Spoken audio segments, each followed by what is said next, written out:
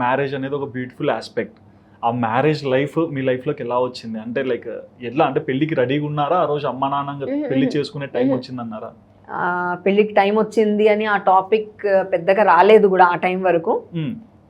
నేను కూడా ఇంకా పెళ్ళి వద్దు అన్నట్టుగానే ఉన్నాను. యాక్చువల్లీ పెళ్ళి అవసరమా వద్దు అన్నట్టుగా. ఓకే. తెలియదు ఆ టైంలో. బ్రహ్మకుమారీస్ అలా చూసి జాయిన్ అవుదాం అని ఒక ఉద్దేశం కూడా వచ్చింది. అంటే వాళ్ళ మాట్లాడేది చాలా బాగుంటాయి కదా, అంటే కొన్ని మంచి విషయాలు వింటుంటే అలా అనిపిస్తుంది. అండ్ దెన్ రుతురాగాలు అదే టైంలో చేస్తున్నాను. సో నాగేష్ గారు నాతో వర్క్ చేయడం, అలాగే ఆయన నా ట్విన్ బ్రదర్గా, ఇవన్నీ చాలా మందికి తెలిసిన టాపికే. సో మా పెళ్లి ఇంకా జరిగిన విషయాలు కూడా అందరికి తెలుసు. యాక్చువల్గా వాళ్ళే చెప్తారు పెళ్లి గురించి. సో మొత్తానికి సెట్ లో కలిసాము, ఆయన ప్రపోజ్ చేశారు, నాగేష్ గారు ఒప్పించారు. నేను కూడా అక్కడ ఒప్పుకోలేదు.